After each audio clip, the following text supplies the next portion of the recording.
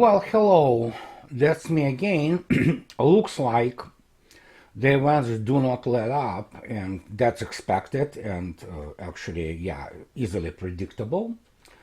And I want to discuss today a couple of issues which are really important, albeit they might not seem on the outside as that important, but they are extremely crucial, I would say.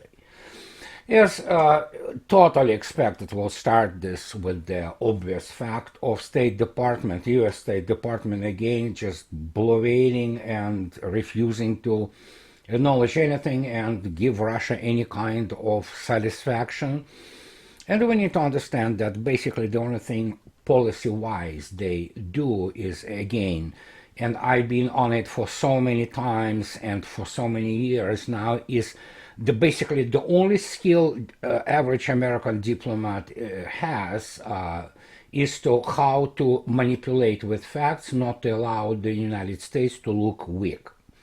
It doesn't matter what they do, though. I mean, if the emperor's new clothes are basically thin air, you cannot hide it. And those things started to kind of trickle into the current political discourse, and that was Russia's objective from the get-go, as I already stated, to put the United States against the wall and say, okay, you just say and write what you want and what you think and deem possible in relations with us. If not, and as today I was commenting on one of the guy, my posters who referred to some, again, yet another think tank from London, some foreign policy, whatever institute, the new PhD student of something came up with this new thing, which is called compellence to peace. And I explained in a short post response that I don't know why this guy invented the word, actually, when in reality since 2008 with war with Georgia, which was obviously again inspired by many people in the U.S. Government and legislature. John McCain comes to mind immediately. The name of the operation, basically, and the mode of operation Russians conducted against Georgian armed forces, which they simply destroyed within the first 72 hours, was called coercion to peace.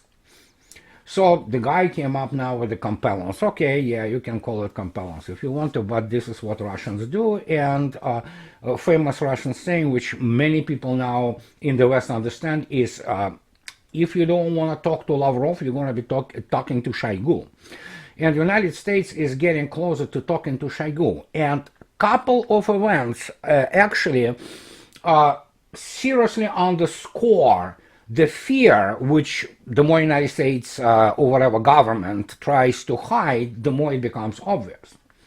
We'll start with this. It was a big news when the Germany's Navy chief resigned, Vice Admiral Achim Schönbach, when he basically, and I quote, stated that Crimea would never come back to Ukraine, and he suggested that Russian President Vladimir Putin deserves more respect.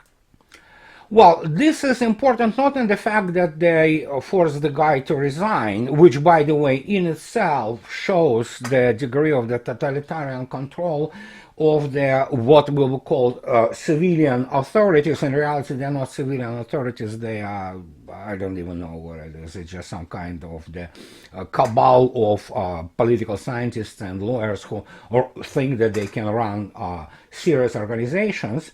But the fact that he was forced to resign, obviously, including the hysterical, obviously, reaction from the Ukraine, is the fact that actually the admiral stated obvious, which has been precluded from being delivered to the Western public, primarily by Western political elites and especially Western media. We know that, and as bad as US media are, and they are like one of the lowest of the lowest, The lowest ones are German media, actually, and they are called Lügen press, I mean, lying press for a reason. And the fact that Admiral's obvious statements created such a hysterical reaction is a very important indicator that actually people who, unlike Western political elites, who are mostly uneducated people, I do not consider degrees in economics from some London School of Economics where they teach you actually how to make money out of money, or some lawyer in whatever corporate world, or some political scientist who has no clue what real history, war, industry, and everything are. All products of those once highly regarded institution of the humanities study, in Great Britain and the United States, those are not educated people. Again, they do not have any background to come up with any kind of sound policy in the modern 21st century. The world became so complex. It became complex both on technological level, and it became also very complex on scientific one. And they don't teach physics, and they don't teach real analysis, they don't teach mathematics in all those professions, so-called. So we have this bunch of people who live by their own delusions, their own narratives, which they create, literally pulling them out of the ass. And as I already stated, in the United States is the only narrative that the United States is the greatest thing ever which happened in the universe since the Big Bang. And that's what we have. And then suddenly we have the professional, the guy with the, German Naval Academy, with the number of the naval war colleges around the NATO countries. Probably, I don't remember if he went to the Naval War College in Newport in the United States. But point is, here's this professional who understands how world works, who understands how the war works, the modern war, how you shoot, how you kill, how you destroy, what numbers go into this, and he says this, and that means that many people actually in the same Bundesmarine or Bundeswehr probably share the same views.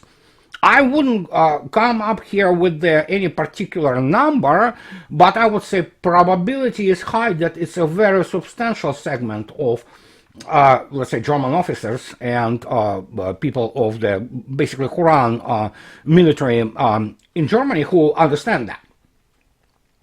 And then, of course, we automatically kind of transition from this rather startling statement by one of the top military brass of Germany and the NATO. Bundesmarine is still important. It's obviously not it's a pale shadow of what German Navy used to be, but still it's important force. And again, Germany is the key cog in the wheel of the America's domination of the Europe, and because America dominates Germany itself.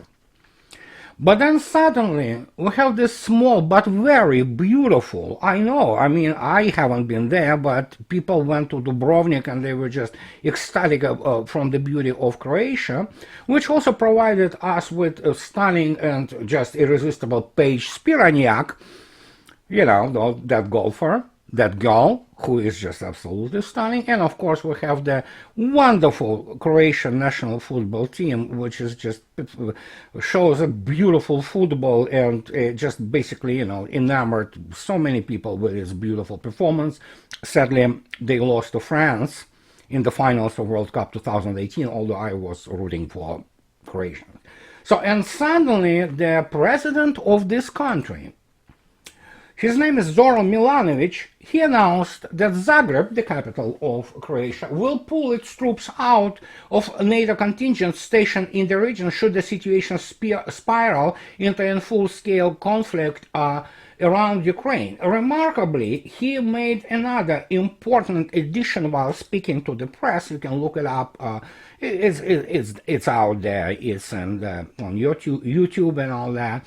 Like I stated, that basically the whole situation has nothing to do with Russia or Ukraine. It has, well, if not necessarily everything, but a lot to do with America's domestic policies. It is true. I have to agree with him. Because, as I already stated, the only domestic policy of the United States is to provide a stream of the bullshit upon the ears and eyes of majority of Americans that America is the greatest thing ever, and it provide and insulate the Americans from facing the very serious strategic realities in which the United States doesn't look that good, both militarily, economically, and what have you. But then again, as I stated, the main task right now is to somehow divert attention from the inflation, yeah, and it's not just inflation. There are a school of thought. I am part of the school of thought, which is United States. If not for now, the U.S. dollar being the main reserve currency, United States would be hitting a hyperinflation, and for now, most of that inflation is being, as usual, exported by the means of the US dollar outside. But that time is coming to an end. They know it. For example, Federal Reserve and some people in US government who are not completely stupid and have at least some grasp of the modern economy, which is, rare, but still, they still can feel it, that it's coming, man. Well, fact is, it's not even coming. It's already here. The economic catastrophe is already here. And no matter what you do, and no matter how you pump up the market with whatever quantitative easings and whatever, just pumping the cash, it's not going to work anymore. And it's already is not working. So basically, when Milanovic of Croatia says that this is the primarily America's internal policies being splashed out like the stone, basically dropping in the bathtub full of shit, and it splashes all over the place. That's exactly what happens.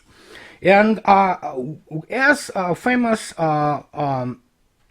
very famous Polish and world-renowned anthropologist Bronislaw Malinowski stated in 1915 during the World War I that the war, like a charity, starts at home. And well, guess what? In the United States, it's that is why, for example, American diplomatic corps is so literally incompetent and unable to basically formulate anything or really defend actual interest of the United States. There are legitimate interests the United States has. Is because they are all tied together into the purely domestic policies. They don't know the world outside. They don't teach that in their international relations programs. That is why we have the people like Blinken, I remember Strop Talbot, being absolute, those are dumbasses basically. And they don't know the world outside, really. They don't understand how to react to it, and the only thing they know is how to present this appearance of the United States being the best things ever, and they do this the only way they know, because they are very uncultured people. They do it by being arrogant and smug, and then suddenly, the end comes to this smugness and arrogance because they have been put on the spot, and the spotlight is on them. And Milanovic really got it. And the idea of this whole Ukraine-Russian invasion, obviously, which is completely abstract, totally made up, contrived, basically PR campaign by U.S. State Department and people, at least some of the group who vies for the in their life and death struggle to control the United States, and of course, primarily, not only, but primarily Democratic National Committee related media, which is basically New York Times, Washington Post, The Hill, all this bunch of the crooks who pretend to be professional journalists. They created this completely abstract, totally virtual reality of some conflict, to the point that actually some Ukrainian officials now, as much as they are insane and they would like probably to see some kind of Russian involvement there, they have to go out on TV yesterday in Ukraine and said there are no signs of Russia, getting ready to basically invade. And again, truth is, Ukraine is just the part of Russian concern. Although Mr. Stoltenberg, who is a talking head basically, and I don't know how many hands he has up his ass being a puppet of whoever, well, primarily American constituency running the NATO. He already stated there is no commitment of NATO from, on refusing from expansion. Well, then guess what? And that's what has been in the news and have been usually ignored, or actually not ignored but hidden from the American public. The fact that Russians act now totally in a matter of if you don't want to talk to Lavrov, you're going to be talking to Shoigu. Russian Minister of Defense and Russian forces are now in the massive drills, including both Navy, Air Force, or VKS, airspace forces, strategic missile forces, and things of this nature, which sent a very good signal that for Russia, Ukraine is, well, it's very important, obviously, but in terms of not getting involved into this kind of country, that Russia is talking to the United States directly and is in the process of reviewing and exploring the posture which comes after the United States officially refuses to communicate anything towards Russia in terms of satisfying any kind of Russia's requests or proposals regarding Russia's national security. And yes, that will be the talk with Shoigu. Remarkably, if we look right now at Russian posture and what is happening in Russia, there are some things which we need to also keep in mind. People in Pentagon, and again, this Pentagon probably is one of the last vestiges where you have some expertise of the outside world remaining in the United States. They know that even if to consider that the United States gets its first quote-unquote hypersonic weapon, probably some kind of glider, whatever this Dark Eagle thing will be, if it goes, it becomes deployable or deploys in 2023, which I very much doubt, probably sometime later. By now, Russia will have an enormous technological advantage, not only in terms of the anti-missile defense, but in terms of the not already being procured 3M22 Zircon, which changes the naval warfare completely. It already changed it dramatically. But by 2024, the Zircon will begin to be deployed on the nuclear power submarines, and that changes the whole dynamics in the Atlantic and Pacific, because it basically prevents the United States to even get engaged in case of the serious events in Europe. And this is just the part of it. They know that this cliff is already here. In fact, the United States is already has fallen from this cliff. But things will get even much worse down the road, that basically any kind of military posture Russia chooses, it will have no answer in the from Pentagon, because neither technologies nor force structure is out there, and they understand that. So suddenly we have the situation, and does Blinken or somebody in State Department understand that? I doubt it. Honestly, they can have a full grasp of that, because you cannot have a full grasp of that by the level of people who actually nowadays represent the State Department. You might have some so-called intelligence analysts or whatever, CIA former employees trying to make a career inside State Department, but I mean, come on, let's face it. And in this stage, I would say that there will be no any more secret negotiations, which United States needs only for the sake of not exposing itself as a weaker party, and the Russians don't want to hold those. So the hysteria and basically the paranoia, which have been completely artificially created in the United States and NATO, will continue. But my attention have been on a recent piece by Rostislav Ishchenko. I do not agree with him on many issues, albeit much of it I agree with. He's a brilliant thinker, but he posted or wrote the piece, I believe it was yesterday, that hey, United States are desperate to get Russia in Ukraine. It's true. United States needs war desperately. And he says that, Ishchenko says, I don't know how seriously I have to take it, but I mean, he can totally see the possibility of the major false flag attack, not just somewhere on the line of the contact between LDNR and Ukraine, but on the Bankovskaya Street, Bankovskaya Avenue, I believe, in Kiev, where all those, Rada government, presidential administrations are located in Kiev. And hey, who were to deny the fact that, yeah, that's what, CIA and MI6 are good at only, to kill the cats of Skripal and, spread some kind of a chemical, or maybe dirt radioactive thing. That's totally their pattern. That's totally their modus operandi. They cannot really create anything, or fight off real serious enemies, so they basically do that. So can they do this towards the government quarters in Kiev? Absolutely. Is it possible? Oh, 100% possible. How probable it is? I would say it's the probability of the United States and Great Britain, which is basically a lapdog, and although sometimes actually a lapdog who thinks that it's a big dog is more dangerous than the big one. And yeah, it's possible that they may create some kind of the false flag operation, literally, inside Kiev, and then blame it on Russia.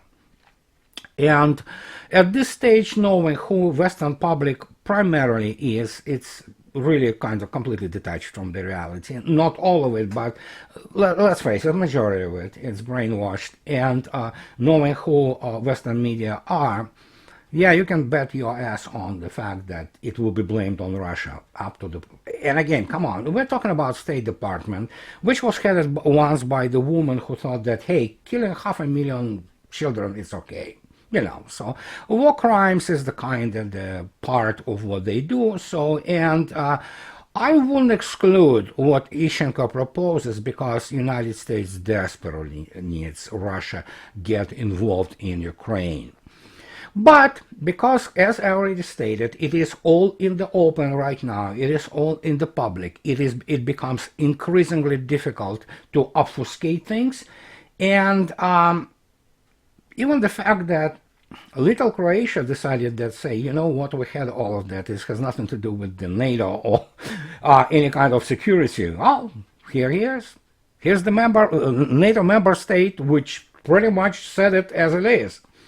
I don't think so any other member states will find their any kind of spine to really tackle this issue. Plus, Europe is primarily, as many people think that it's not, but Western Europe is primarily very Russophobic. We are talking about the majority of population, which is extremely Russophobic, and so, but at least they might think about self-preservation, maybe. That's a good, basically, motivator. So, and if more people in Western Europe begin to think in terms of more self-preservation, including their basically corrupt elites, but again, everybody wants to live, so we might see a really different dynamic being kind of emerging in the coming days, especially once Vladimir Putin departs to the opening ceremony of the Beijing Olympics, which we can expect provocation at that time. So, and that's a classic modus operandi of NATO, and especially the United States and Great Britain. So that's what we have for today. But evidently, some voices started to be heard which are really kind of different and have a different meaning and carry different meaning, better say about it this way. And that gives us some hope that eventually this whole thing, which is complete fantasy by the State Department, CIA, MI6, about Russia invading Ukraine, will kind of dissolve itself the same way as Russia Gate dissolved itself. Obviously, it still damages United States tremendously. Those people who run those campaigns, they don't understand that they kill their own country. But again, they don't care. They care about only their careers and about themselves. So that's my it's not citra, but that's my word for today. And I thought it was very important to comment on these events. And as always, thank you very much for your support. Please do not forget to subscribe, and please don't forget to support me on Patreon. And we're going to be talking about this more in the coming days. So have a nice day. Talk to you later, guys. Bye-bye.